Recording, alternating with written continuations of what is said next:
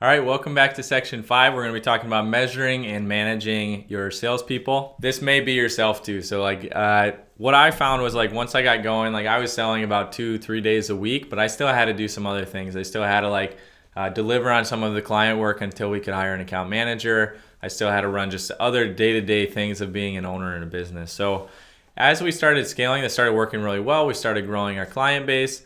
I learned that I had to hire salespeople. So I'm going to walk you through how we not only measured our salespeople, but also tracked the sales myself. This is what we did. Here's a screenshot of kind of the weekly activities that we tracked. There's leading indicators, and then there's lagging indicators, which is the sale is closed.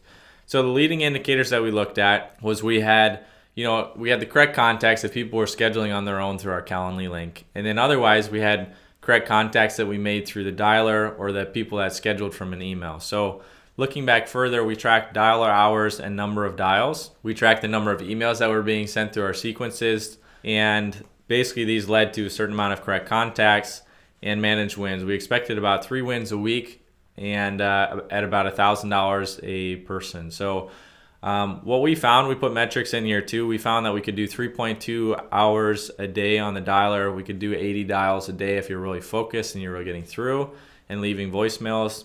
We could get through 80 emails a day, so an email with every dial that you're sending. Like I said, that turned into a 25% close rate and 3 managed wins. And this is a great way to measure not only yourself, but also your salespeople. So if you find your close rates are higher or lower, if it's lower, maybe you need to do more dials or more emails, or maybe you need to look at some of your sales process, your sales calls, what are the areas that you're lacking in. And this is a really great place to just kind of measure and improve on all of that. So managing your salespeople or even managing yourself, the first thing starts with call recordings. I would use Ring Central. Ring Central, you can turn on automatic call recording. So when you call someone, it's going to record the whole conversation. So this is really good. What I did was 2 to 3 times a week, I would review these calls with my salespeople. And so we would look for different mistakes that we were making. So maybe we're spending way too much time in questioning. I mentioned earlier, you should be able to get through your questioning and the pitch and all of that within 7-8 minutes. Maybe it's taking your salespeople or yourself, maybe it's taking 15 minutes and you only have a 30-minute call, and then you're running out of being able to overcome objections and close them.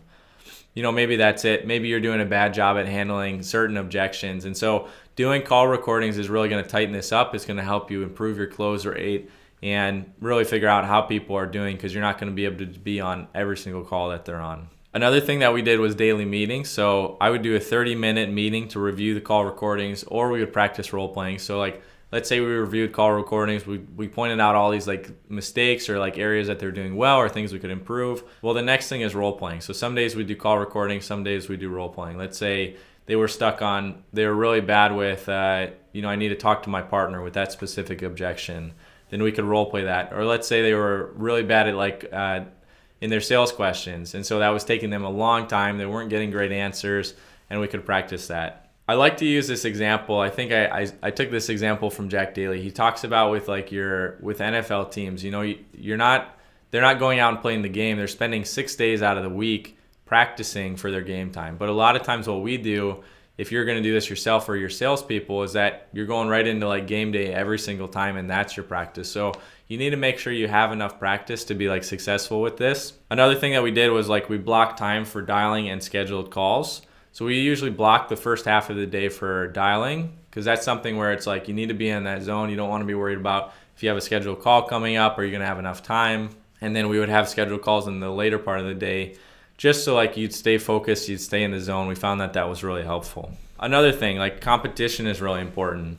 I want to use this example of, this is a picture of Roger Bannister. Maybe you've heard the story. Running the mile was, there was a record of 4 minutes and 1 second. That record was held for 9 years. When Roger Bannister broke it, it only took 2 months for two separate athletes to break that record. So how that relates with sales is there's going to be these preconceived notions in our head of what's possible. But if you're able to even if it's yourself and another salesperson, maybe one salesperson's really good at dialing or one salesperson's really good at closing, and you're going to find out what's really possible, and it's going to push the whole team. And I've definitely found that when I had one salesperson where they were doing most of the calls themselves, they would tell you what's possible and what's not possible.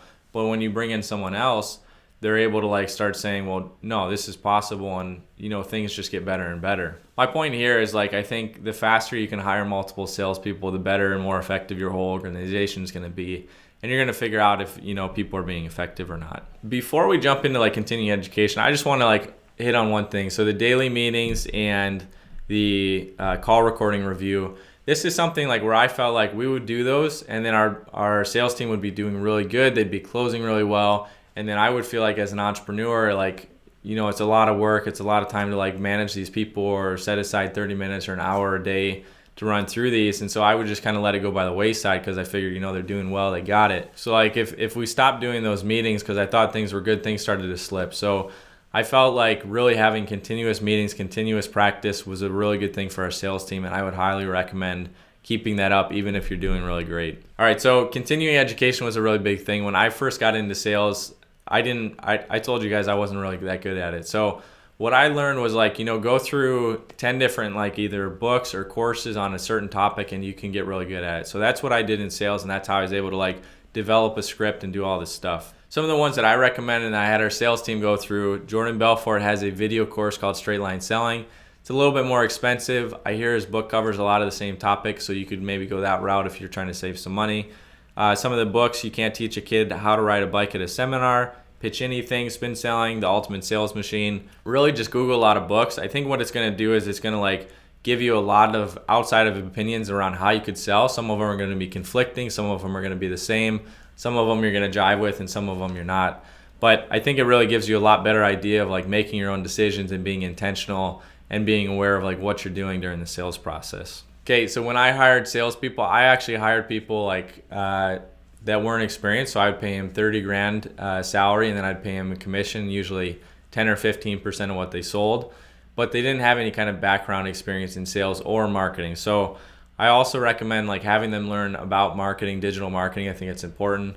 One of the books I found was one of the best, .com Secrets by Russell Brunson. I read it and I felt like it was like a really concise summary of everything that took me like probably 3 or 4 years in our agency to learn. And so that's a really good one, and you can Google some more of those. And then if you are hiring salespeople, I think sales management books are really good for you to read as well. I mentioned Jack Daly. He has multiple books that are really good. There's the Sales Acceleration Formula, Predictable Revenue, and you can find some more. But continually like be focused on this. I was always making my salespeople like work on it, set their own goals and when they're going to finish their books, and then hold them to it. And that was always like really helpful, and I always felt that they were growing and motivated when they were on top of that. Again, before we wrap up, just remember sales is a learned skill. You can do this. It'll take a lot of hard work, but just continue to educate yourself. And remember, what gets measured gets improved. So make sure you track your results and find out where like the leaky buckets are, find out what you're doing well, improve on what you're doing well, and fix the things you're not doing well.